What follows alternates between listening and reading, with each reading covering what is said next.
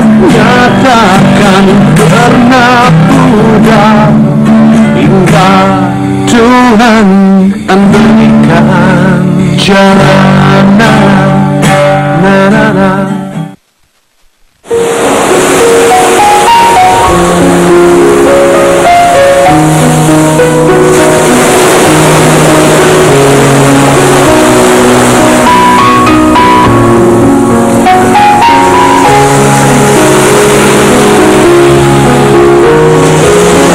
Pantai Legok Jawa di Kecamatan Cimerak, Kabupaten Ciamis ini merupakan pantai yang indah dengan ombak yang besar.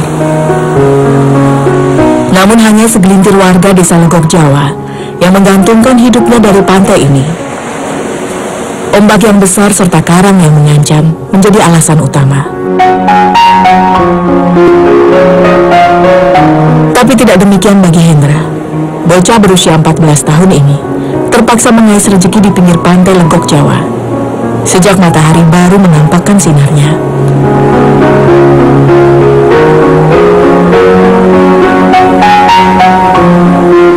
Hendra tak pernah menyanyiakan waktu yang ada. Sejak subuh, Hendra sudah sibuk berkutat dengan kegiatannya mencari kerang-kerangan di batu karang sepanjang pantai Legok. Rezeki yang tak seberapa dari hasil penjualan kerang-kerangan itu nantinya tak pernah ia persoalkan. Yang penting ia terus berusaha mengupayakan penghasilan untuk sang ibu dan dirinya sendiri. 1.000 atau 2.000 rupiah merupakan hasil yang patut ia syukuri. Pas tanes, lamun tanes sok ka laut. Milarian nama gampil.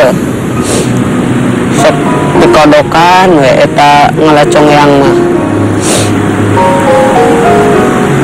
Lamun aya batak ngala batakna, lamun keur usum ager ngala ager.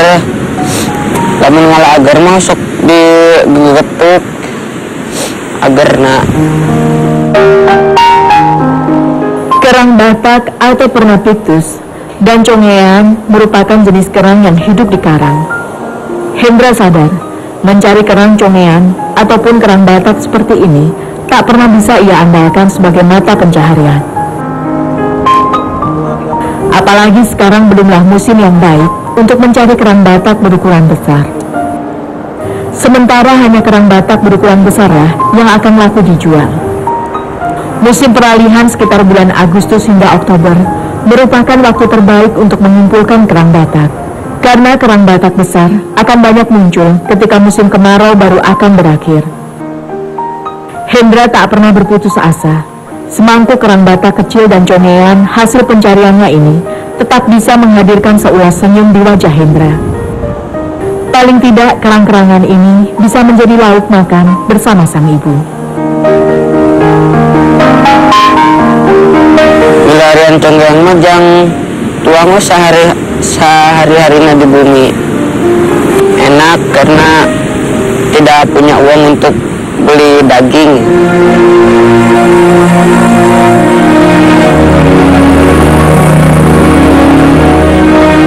Rumah panggung sederhana berdinding bilik ini adalah tujuan Hendra selepas mencari kerang di pantai. Rumah ini sudah cukup tua. Lebih dari 13 tahun yang lalu, sang ibu membangun rumah ini dengan sisa uang yang ada. Tanah tempat rumah ini berdiri juga bukan milik keluarga mereka. Keluarga ini masih menumpang di tanah milik orang lain. Beruntung sang pemilik berbaik hati, membiarkan mereka tetap tinggal lebih dari 13 tahun lamanya. Dinding dan pintu rumah sudah banyak lapuk termakan usia. Begitu juga dengan lantai kayunya. Hendra dan sang ibu Ponija harus berhati-hati menginjakkan kaki di rumah ini. Jika tidak, lantai rumah bisa ambruk, dan Hendra tak akan punya uang untuk memperbaikinya. Bumi abi mantos badai runtuh da tos lami. Hendra mates yang rubuh bumi ge masih ngira menuju di bumi ogenan. Teu kumaha biasa be. Tak ada kamar mandi di rumah berdinding bilik ini untuk kebutuhan mandi dan kebersihan lainnya. Hendra dan ibunya terpaksa menumpang di rumah tetangga. Mereka tak pernah berhasil mengumpulkan uang sekedar untuk membuat kamar mandi di rumah mereka. Tak biaya tiba na atuh, tinggal langgeng tina susah, itu ayah, kasaha, cungkem bantu samana. Tak ada perabotan atau barang berharga yang menghiasi rumah kecil berukuran 20 meter ini. Untuk makan sehari-hari saja sudah cukup sulit bagi Hendra.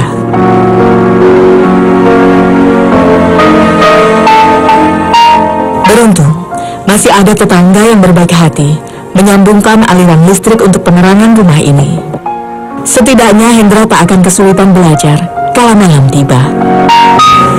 Kararunyangan ka abi da abi jami tegaduh bapak, tegaduh tempat tinggal, tegaduh tempat yang ya anu saya. Waalaikumsalam. Alhamdulillah kini sakit. Kurang pasak pulihnya, istirahatnya. Terkadang rasa bersalah hinggap di hati Ponija sang ibu ketika melihat anaknya harus ikut menanggung beban kehidupan. Wanita berusia 44 tahun ini sebenarnya tak ingin menyaksikan Hendra ikut bekerja. Namun kerasnya hidup, susahnya mencari rupiah, membuat Ponija terpaksa merelakan putra bungsunya itu bekerja mencari nafkah. Karunya pisan ka ibu. Atuh kumaha karunya pisan, kada kumaha atuh karunya anak ka budak eta. Menaga eta nu bantu-bantu.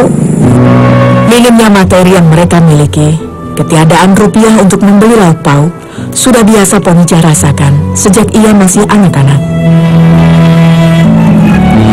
Ponija juga lahir dari keluarga miskin di kawasan Legok, Jawa ini.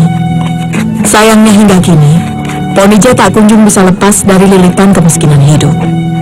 Karenanya, rezeki dari Tuhan yang berupa kerang-kerangan ini sangat ia syukuri. Paling tidak, tak ada uang yang perlu ia keluarkan untuk sekedar lauk makan. Apalagi pagi ini belum ada rupiah yang bisa ia dapatkan. Bagi Ponija dan Hendra, hari ini baru saja dimulai. Sebenarnya Ponija bukannya berdiam diri, berpangku tangan melihat anaknya bekerja membanting tulang. Wanita parubaya ini selalu ikut mengais rezeki. Namun tak banyak kerjaan yang bisa ia dapatkan. Keterbatasan tenaga dan pendidikan membuat Ponija hanya bisa bekerja sebagai pesuruh atau buruh tani di kebun tetangga. Rupiah yang ia peroleh pun juga tak menentu dan tak akan pernah cukup untuk memenuhi kebutuhan makan dan sekolah sang anak. Ponija tak pernah kehabisan akal. Terkadang ia memanfaatkan kekayaan alam yang ada di Legok, Jawa untuk sumber penghidupan. Itu aja buat dijual buat beli beras, kanggo meser beas, gitu, kanggo biaya sekolah, gitu.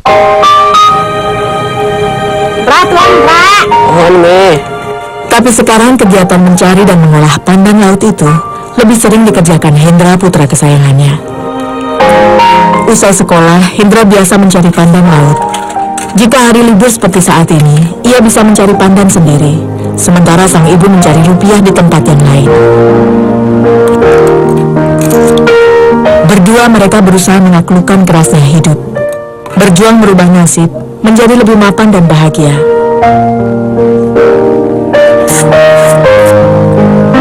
Ibu eta anu ngabantos-bantos ka abi gitu, tinggal buburu sagala-galana gitu.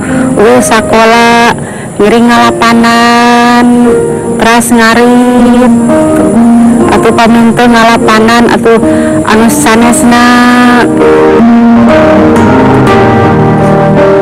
Nih, yang bade ladang panen. Kembali, Pantai Legok Jawa menjadi tujuan bocah kelas 2 sanawiyah ini. Di pinggiran Pantai Legok Jawa ini terhampar kebun pandan laut milik warga sekitar. Tanaman pandan laut yang ada merupakan hasil budidaya warga. Sebagai penghasilan sampingan, pandan laut dinilai memiliki nilai jual yang lumayan, karena daun pandan laut ini banyak dimanfaatkan sebagai bahan baku kerajinan. Apalagi tanaman ini tidak memerlukan perawatan rutin dan penanaman ulang. Jika teratur dan rapi mengambil daun, Disangka pandan laut ini akan tumbuh kembali dengan sendiri. Sayang, Hendra dan sang ibu tak pernah bisa memiliki kebun pandan laut mereka sendiri. Hendra hanya bisa mengambil daun pandan berduri ini di kebun milik tetangga dengan sistem bagi hasil. Ya di sisi laut kapungkur ayeuna mah da ayeuna mah digaduh-gaduhnya janten mertelu. Ayeuna teh mertelu janten buruhanana teh kanggo abdi 2 bagian, kanggo nu gaduhna sabagean. Berbekal karung goni, sarung tangan dan pisau, Hendra harus mengumpulkan sumber mata pencariannya. Tak sembarang daun pandan yang bisa ia petik. Ia harus teliti memilih daun pandan yang bagus dan cukup tua. Daun pandan yang boleh dipetik adalah yang berukuran panjang lebih dari 1 meter. Daun pandan yang pendek tak akan laku dijual kepada pengepul. Keping daun pandan berduri yang diambil juga harus bersih, tak boleh ada cacat.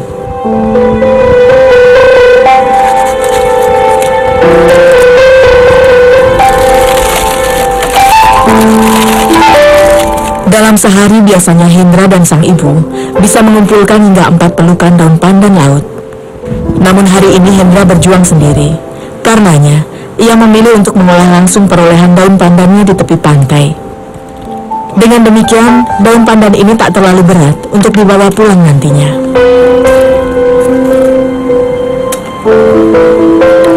Tak terlalu sulit mengolah daun pandan ini. Yang diperlukan hanyalah sebuah kesabaran.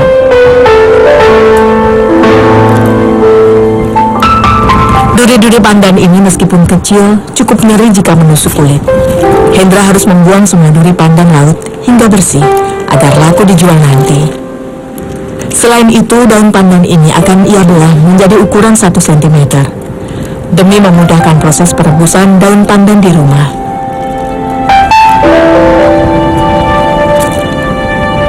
Daun pandan yang berduri seringkali menusuk tangan.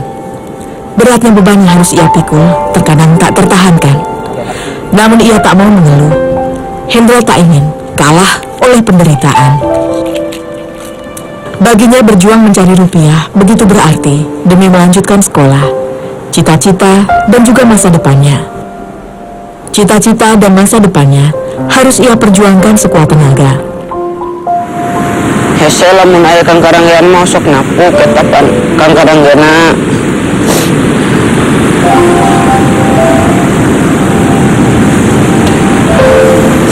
Muka ogenan sok balereum ka kang karangge coba tang pananganana sok alat cucuk sok aduh kalitun Hendra manarima we da masih hirup susah ogenan teu nanaon da penting mah sehat Hendra mah. Kerasnya kehidupan terpaksa ia hadapi berdua bersama sang ibu sejak sang ayah pergi meninggalkan mereka. 14 tahun yang lalu, Harun, sang ayah, pergi entah kemana. Saat itu, Hendra bahkan masih berada dalam kandungan. Apa daya, sejak lahir ke dunia, Hendra tak pernah mengenal sosok sang ayah. Tak ada sehelai pun foto sang ayah yang pernah ia miliki. Ia bahkan tak pernah mengenal wajahnya.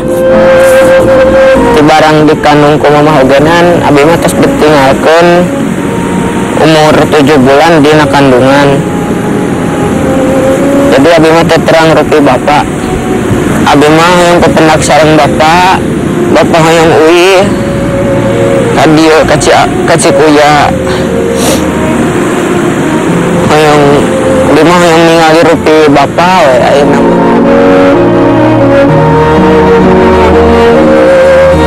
Rasa rindu yang begitu besar terkadang membuat Hendra mampu memaafkan kepergian sang ayah.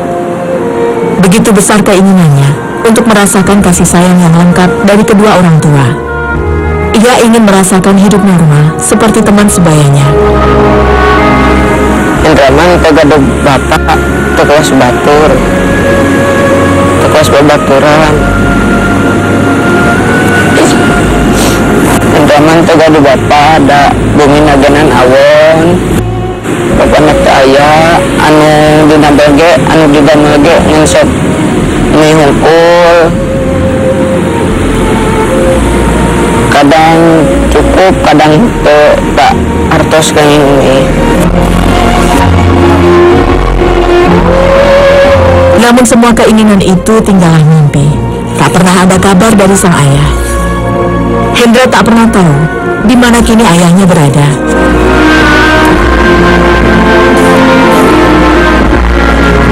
Lamun bapak we ku abi bade ditarima da bapak teh bapak pribadi abi.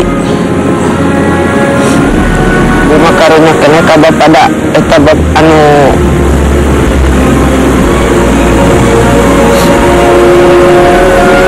masing bapak teu ngabiaya anu genan ka abi teu ka Hendra da Hendra mah karunya we ka bapak da eta bapak pribadina Hendra. Harapan itu entah kapan akan jadi kenyataan. Namun mimpi tak pernah berhenti ia rajut agar kelak sang ayah muncul di hadapan mata.